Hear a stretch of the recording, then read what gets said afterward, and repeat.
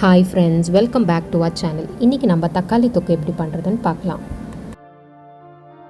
இதுக்கு நம்ம ஃபஸ்ட்டு பூண்டு எடுத்து உடிச்சு வச்சுக்கலாம். லைக் ஒரு ஹோல் பூண்டு தேவைப்படும். அடுத்து 2 பெரிய வெங்காயம், அதுக்கப்புறம் பெரிய வெங்காயம் சின்ன சின்ன சங்க்ஸாக கட் பண்ணி வச்சுக்கோங்க. அடுத்து தக்காளி இப்போ 2 வெங்காயம் எடுத்துக்கிட்டிங்கன்னா 3 தக்காளி எடுத்துக்கோங்க. அதுவும் பெரிய பெரிய சங்க்ஸாக கட் பண்ணிக்கோங்க. இது எல்லாத்தையும் சேர்த்து மிக்சியில் நல்லா ஃபைன் பேஸ்ட்டாக அரைச்சி வச்சுக்கணும்.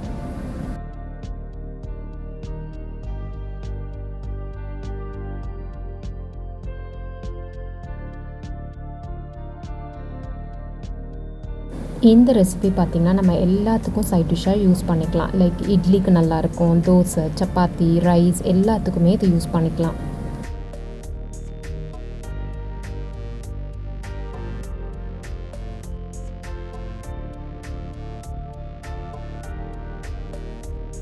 இது நல்ல ஒரு பியூரி மாதிரி ரெடி பண்ணதுக்கப்புறம் சைடில் கடாய் வச்சுக்கோங்க. கடாய் சூடானதுக்கப்புறம் ஆயில் ஆட் பண்ணிக்கோங்க. ஆயில் கொஞ்சம் அதிகமாக ஆட் பண்ணிக்கோங்க.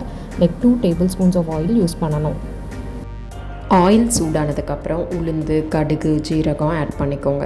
ஸோ கடுகு வெடித்ததுக்கப்புறமா நம்ம கறி லீவ்ஸ் ஆட் பண்ணலாம்.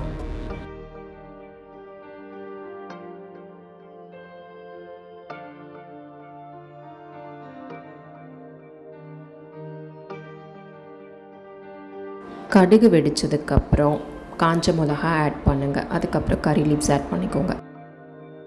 இப்போ நம்ம அரைச்சி வச்சுருக்க பேஸ்ட்டை ஆட் பண்ணிக்கோங்க. ஆட் பண்ணிவிட்டு நல்லா மிக்ஸ் பண்ணி விடுங்க. இப்போ 1 டம்ளர் போல் தண்ணி ஆட் பண்ணிக்கோங்க. அதுக்கப்புறமா மஞ்சத்தூள் ஆட் பண்ணிக்கோங்க. மஞ்சத்தூளுக்கு அப்புறமா சில்லி பவுடர், நம்ம வீட்டில் அரைச்ச சில்லி பவுடர் இருக்கும்ல, அதை ஆட் பண்ணிவிட்டு சால்ட் ஆட் பண்ணிக்கோங்க.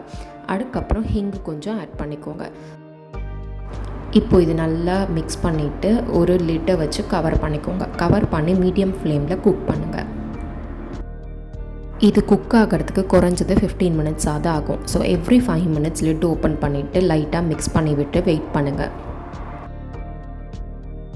ஒரு 10 மினிட்ஸ் போல் ஆயில் வந்து செப்பரேட் ஆகி வந்திருக்கும். அந்த பாயிண்டில் கூட நம்ம வேணும்னா ஸ்டாப் பண்ணிக்கலாம்.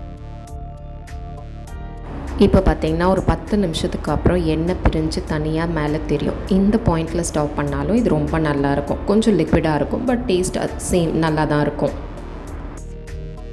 எனக்கு இன்னும் கொஞ்சம் நல்லா திக்காக இருந்தால் பிடிக்கும். அதனால் திருப்பியும் நான் கவர் பண்ணிவிட்டு இன்னும் ஒரு 5 to 7 மினிட்ஸ் போல் குக் பண்ணுறேன். குக் பண்ணும் போது அப்போ லிட்டை திறந்து மிக்ஸ் பண்ணி விடுங்க.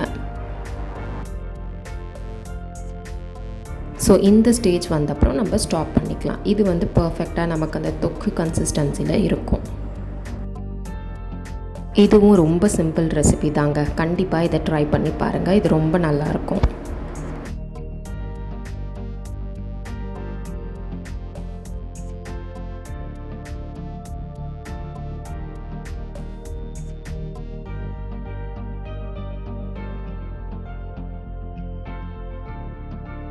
Thanks for watching. Please subscribe.